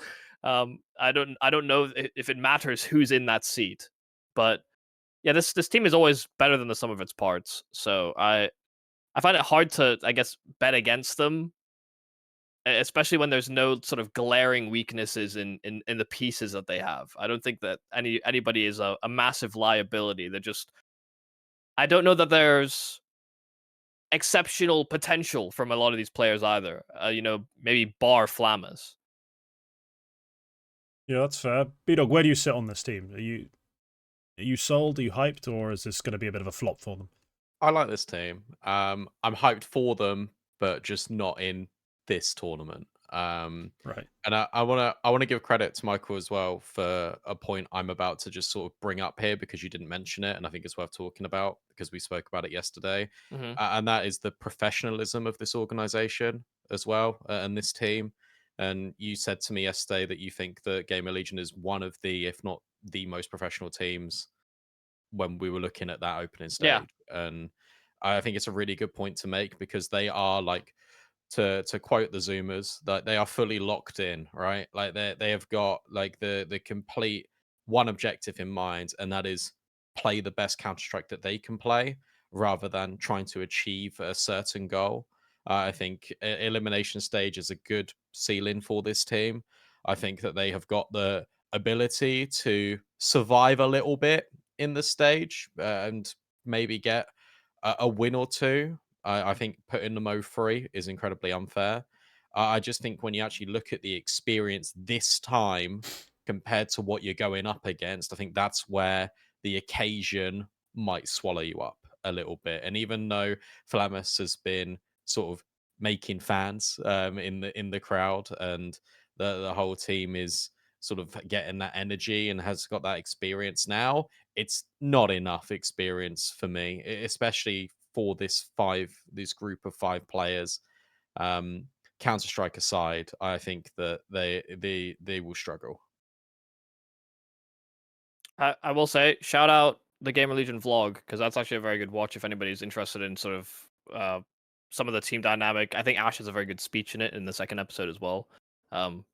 So not that I'm here to plug other people's content, but I love seeing like behind the scenes of anything really, because sometimes you don't know how the atmosphere is on some of these teams. I think they're very jovial, very like chummy with each other between games, sort of before and after. But when Ash is speaking, everybody's listening. You know, I think they're a very regimented troop in the way that they're structured. There's a very clear hierarchy where I think in some teams, I think you maybe struggle to pin that down. You know, the ones that are doing the interviews are happy to give their thoughts, and you know, you're not having Norbert wheeled out every time VP loses, for example. I think there's a good amount of sort of mutual respect between players on that GamerLegion team. Yeah, it's always nice to see. Not sure it's going to really help them on the server that much if they have to face a G2, but hey. Exactly. They're opening against Vitality, BO1, heavy preppers. It's tough, but hey, crazy things have happened at majors with GamerLegion involved, so I'll be holding my breath, see what happens there. BDog, you've got one more underdog to pick.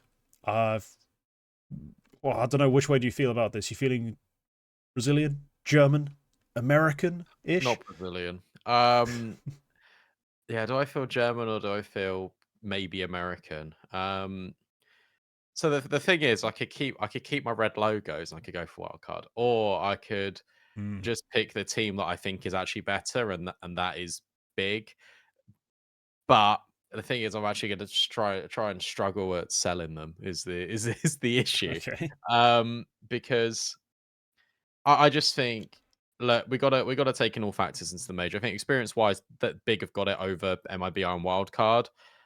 If Searson is on it, if Searson is performing, he's very, very good, and that can be enough sometimes to get Big over the line in moments. I think that the dynamic of Rigon and JDC has been really interesting to watch unfold over the last month, especially at this event, because JDC was single-handedly keeping Big in those games in the opening stage. Like, it was actually unbelievable. It was Rigon at the RMR, and then it was JDC like having these such high impacts, like crucial frags that were really keeping Big afloat and alive in a lot of their opening stage games.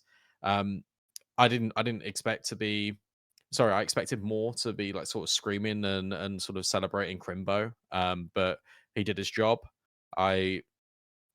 What did we get out of Searson? I can't really remember. I didn't watch that many big games, to be honest, but I don't really remember how good he was. He was kind of like he was okay, but he wasn't like that superstar Searson that we kind of saw in COVID. He had like a couple of maps. He had a couple of maps where he was like pretty good, but Yeah. it wasn't like this is a Searson game. He's taken over everything. He's just destroying people. So I'll have Big. I think they'll do okay. I don't think they'll be amazing, but out of the picks we've got left remaining, I think they're the best one. So we'll go with them. That's understandable. The selling points of this team are supposed to be, you know, the young fraggers. Now with JDC showing some form as a more aggressive player, Crimbo closing. And then you kind of have Tabson taking more of an in-between sort of filler role. Like, you know, historically he was more aggressive. He did try to be more of an impactful player, but hasn't really needed to with this step up and the signing of Rigon. But yeah, the question always remains, looming over Big's head is Searson going to be the good version of Searson? You know, the Searson that can be considered an elite AWPer, because we've struggled to really get that out of him in the past, and he wasn't that great at the opening stage. So that's for me my primary concern. They don't have a good AWPer. They're relying on kids to do everything on the extremes. You know, extreme aggression, extreme closing. Like, is that going to be enough? I do think their ceiling is high enough to actually go through here. Like, I do think if they have all the bits are clicking, and the players show off their skills as, like, you know, to the level we know they could have in terms of JDC, Rigon, Crimbo, Searson, like, there is enough here to be a top 8 team.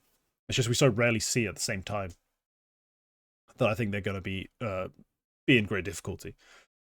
Yumi, you got your underdog picks out the way. You must be beaming. What do you think of Big? Uh, yeah, I don't know. I wanted to think that like the way they performed at the RMRs and like Rigon being more active on CT sides and taking a bit more initiative instead of just being this boring anchor player.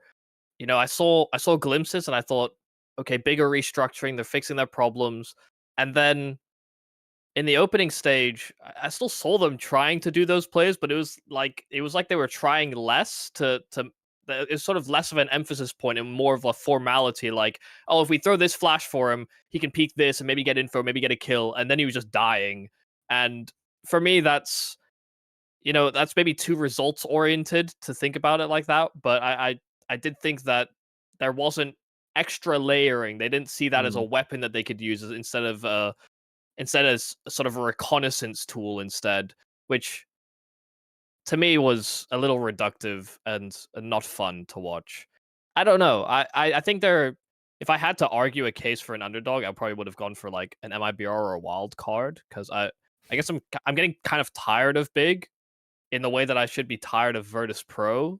Both those teams I think had potential and they've just frequently let me down. And so, I'd rather angle for someone that's a little bit more unknown in that regard, given a recent roster move or Yeah, even the calling. I think that the wild card came in through. that's fair. I think actually your points makes a lot of sense thinking about the RMR to the opening stage. You're right, Rigon. It was sort of just like he was in the opening stage. He was just sort of there. Like with the RMR, it felt like there was a lot of rounds built around Rigon and trying to get his full potential. And then opening stage, it felt like Big were relying a lot on their experience just to kind of carry them through, and they were just going back to their comfort. Yeah. Um, and I wonder how much of that is them saying we're playing like this at the RMR to maybe like limit test it. The opening stage we go back to comfort and it's like, oh, this is big, this is what we expect. And then this is very cope for Big fans, but it's like, what if in the elimination stage they just go back to what was working at the RMR, they completely flip it on its head again, and they completely change up their style. I wonder how much gaming of the system there is, but at the same time, Tabson, we know he likes to call a certain style of way, and it won't change. Also, I don't think it can change that much and be that varied to, again, accommodate Searson. I feel like if you change too much going on with the riflers, that detracts less space and potential creativity for this AWPer, who is already sort of lacking creativity and kind of needs that stability to be able to thrive and get back to the level that we know he potentially can be. So there's a lot of interesting takeaways, I think, from this big roster, but I'm with you. I would love to see Rigon be used as Rigon rather than he's part of the big operation and he's now our new Xantares, where we just kind of morph him into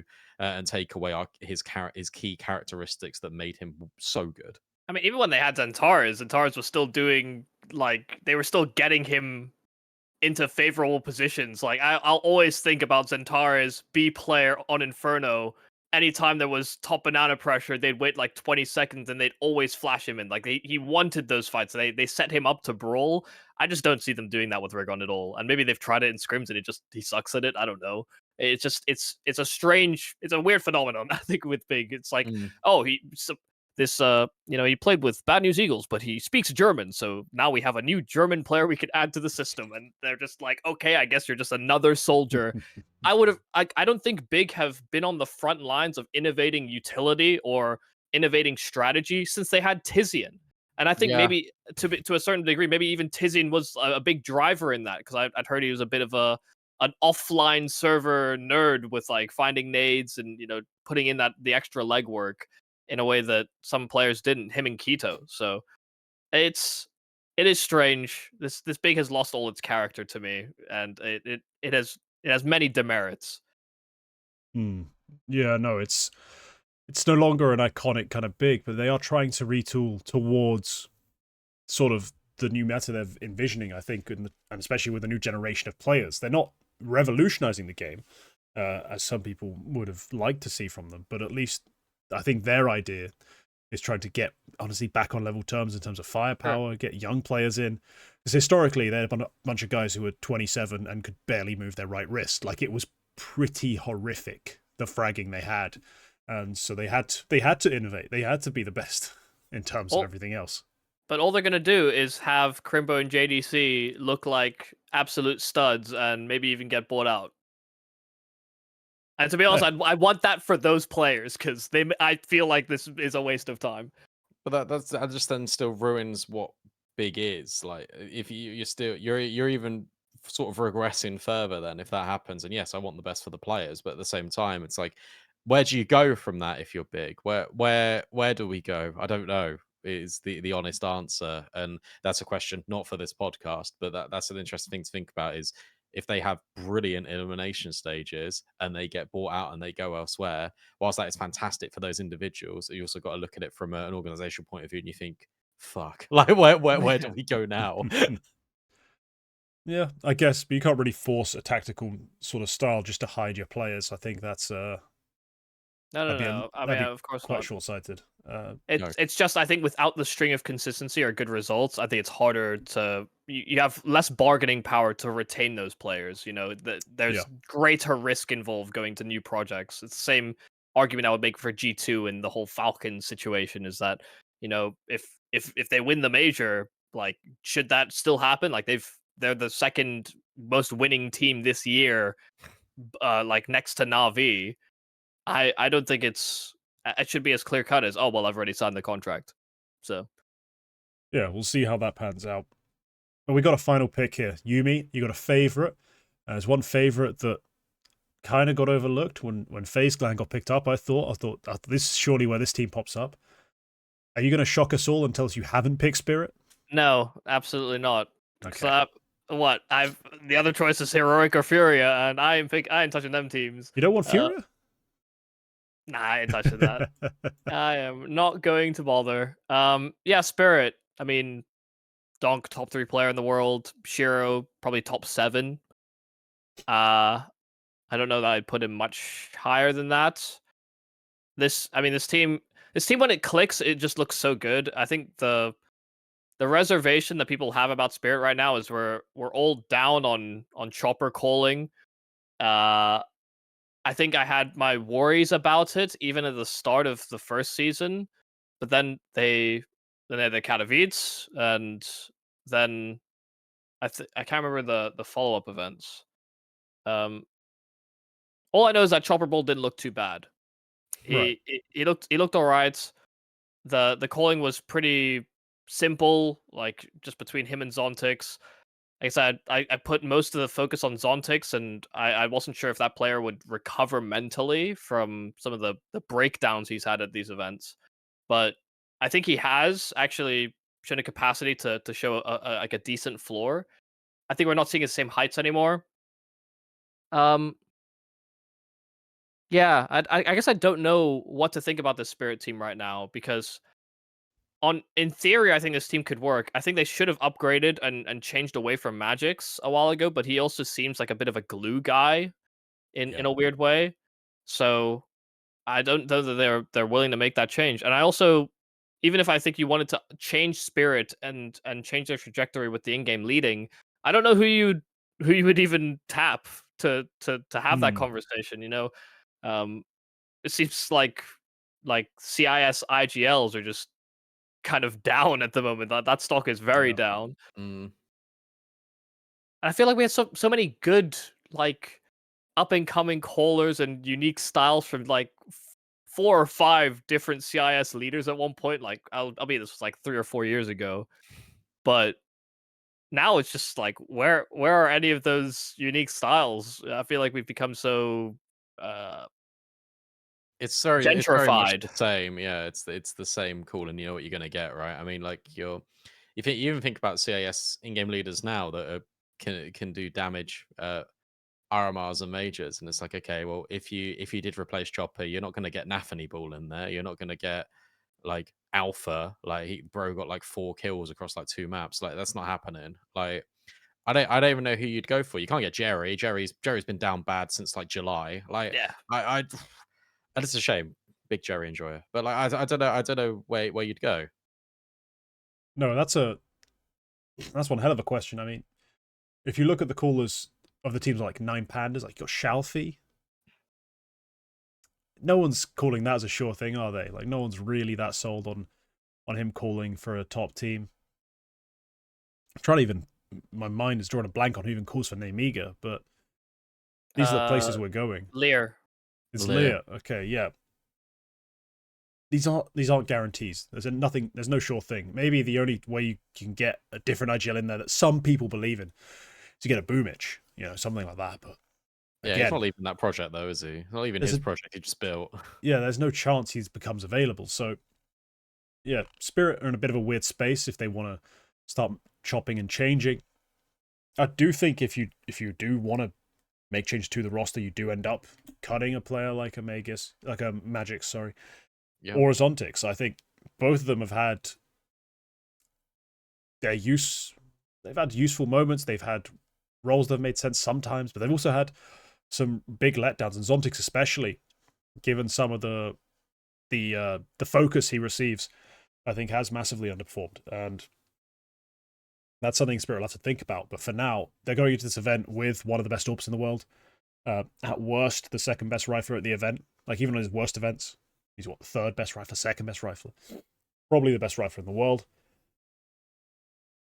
And yeah, an IGL, a calling style that has worked sometimes. Like, it's worked enough at times. This heavy reliance on Donk, on Shiro in the mid to late round has worked for them at the biggest events almost. Like, IM Katowice is huge, and they absolutely steamrolled it. So there's evidence that this system can work. These players can win big events. They should make it out of the elimination stage. Yeah. To get us back on point. I think the one thing I've noticed with Spirit though is, and I noted this at the start of the season, is that part of the reason their Katowice looks so good is that their approach to CT side was so disrespectful. If you think about like their Mirage, anytime a team would run an A exec or a B exec on them, they would jump through every smoke. They would flood those bomb sites before you were ready to set up in post plants, and every team got called off by it. Didn't matter which stage of the tournament they were at. You'd think that some teams would have clocked onto that idea. They were all getting caught with their pants down, like setting up nades or flashes to try and take control of areas. Spirit were already there, like fighting straight through all the util. And I think teams just kind of understood that was how Spirit wanted to approach their CT side. They all adapted their own game to, I guess, accommodate that. Some even mimicked it entirely. And Spirit themselves don't play that way anymore. Like they've put less of an emphasis on that because they are losing those fights more frequently, which is it's a shame because I think they play very good up tempo CS, but when they have to slow things down, it looks pretty appalling, to be honest. And you would think that would lean into the strengths of someone like Shiro, but I just don't see him having those types of games for Spirit frequently enough. Because it's not just Shiro. Like Zontix as well should be able to capitalize in those types of slower rounds. Magix sometimes loses control of his hands. That like it's not just Donk on this team, and I think everyone understood that from the start. But when they're playing up tempo CS, all the pieces slot in so well. It's that slower style that they just struggle to find any success in, and they don't even utilize Donk in that same way anymore because they're trying to find this floor level of game that works against top teams. Well, it's like they've been tier 1 pilled. Like that's the best way I can describe it. It's like when you're the underdog, when you're a team that is on the radar, of course for good reason, but you're not expected to sort of go into this. That was always the question mark in that Katowice run. It was like, okay, well, how far can they really go? And it's like you're playing without that pressure. Almost, it feels like a combination of many things to Spirit. It feels like, number one, you've got a lot of eyes on you immediately because you got Donk. Then you make that statement signing and getting Shiro. Then you make that statement of Katowice. Then it's like, okay, we've now got all this expectation on us, and teams are starting to adapt to the way that we've played. So then you're regressing into more of a, well, this is conventionally what has worked historically in the past for these teams, and that's what they're trying to play. But you're spot on. They can't play that way. You got to be a little bit more proactive because then you're naturally giving space to Donk. You're allowing Zontix to actually get a little bit more aggressive. Zontix does his best work when he's getting aggressive, when he's kind of getting in your face. Magix is that player that, again, is a workhorse, is a soldier, will go in and create that space to allow a guy like Donk to get on the angle, take the space, or allow Shiro to get behind and sort of post up. And Chopper will do that too. You think about the amount of SMGs he buys like all the time, right? So like it's one of those where it feels like they've actually lost their identity quite a lot through, I think, the product of success, but also the pressure that comes internally with the team, but also externally with the amount of eyes that are on them. I think if you actually do replace a player in this team, it would be Zontix, just because I don't actually think you can get rid of Magix, because I think Magix brings too much to this team. I feel like he's got a very good relationship with Chopper. He's been under the organization for so many years. And I think he's ingrained quite deeply in the culture of team spirit. And also, he is just an unbothered king. And I feel like you need to sort of have that attitude and environment to support Chopper in those moments. So I think Magix is actually here for the long haul. I think you get rid of Zontix if you do make a change in this team. But yes, they can make it through the elimination stage, no doubt. It's a good pick for you to have, Michael. But in terms of where they go after that, you don't know, and that's the unpredictability of team spirit. I hate this because I end up playing like GM sometimes for my picks where I'm like, oh wait, I've said all these negative things. I am actually picking them in my it's like Yeah. I'm supposed to be hyping them up. They're pretty good. They are pretty good, but they do have problems. But I think that's a lot of teams outside of like the top three Navi, G2, Vitality. I think Spirit have the most turbulence. Actually, even I guess like the top five. I think MOUZ have less glaring issues than a team like Spirit, even though I think the ceiling for Spirit is higher. Yeah, that's pretty fair. So yeah, that's all our picks. We would usually do some extras, but we actually don't have time today to go even further. We're already past the hour 45 mark, and I unfortunately have places to be this evening. So right. Yeah, Counter-Strike will have to be put on pause. We'll take the piss out of Fury another time. Like, come on. We all know they shouldn't be in the favorites category. We'll have that conversation. If they do upset everything, screw it. We'll play some Valorant for one. Serves us right or something. I don't know. We'll take our punishment. 2 games of Valorant solo queue. But all right, BDog, thank you for joining us. It's been a pleasure. Honestly, some interesting picks, some interesting talking points. I'm sure there'll be some discussion about that FaZe selection, especially. I am sticking it on the thumb now. I do think that's a big attention seeker right there. But yeah, if you enjoyed, please leave a like, leave a comment telling us your thoughts on all these picks and who else you think is actually going to make it through. Sub for more content, and remember, members get rights and extra content. So become a member today, and we'll see you in the next one. Hopefully, previewing the playoffs. Goodbye.